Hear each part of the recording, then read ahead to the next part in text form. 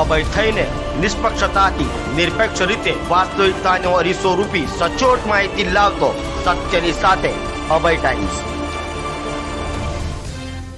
Surat crime branch eco સેલના ASI આરોપીને છોડાવવા 5 લાખની લાંચની માંગણી કરી ભાઈ પાસે લાંચ લેતા એસીબીના હાથે ઝડપાઈ ગયા છે।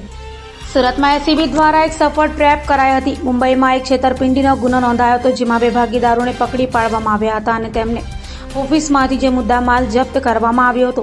બંને ભાગીદારને છોડાવવા માટે ઇકો સેલના એએસઆઈ સાગર સંજય પ્રધાન દ્વારા 15 લાખની માંગણી કરવામાં આવી હતી, જેમાંથી 5 લાખની રકમ લેવા એએસઆઈનો ભાઈ ઉત્સવ સંજય પ્રધાન આવ્યો હતો, જેને એસીબીએ ઝડપી પાડ્યો હતો। જો કે ટ્રેપની ખબર પડી જતા સાગર ભાગી ગયો છે, જેથી ઇકો સેલનો એએસઆઈ એસીબીની પકડમાં આવ્યો નથી। વર્ષ 2020માં ભરતી થનારા એએસઆઈ સાગરનો પગાર 26,000 છે।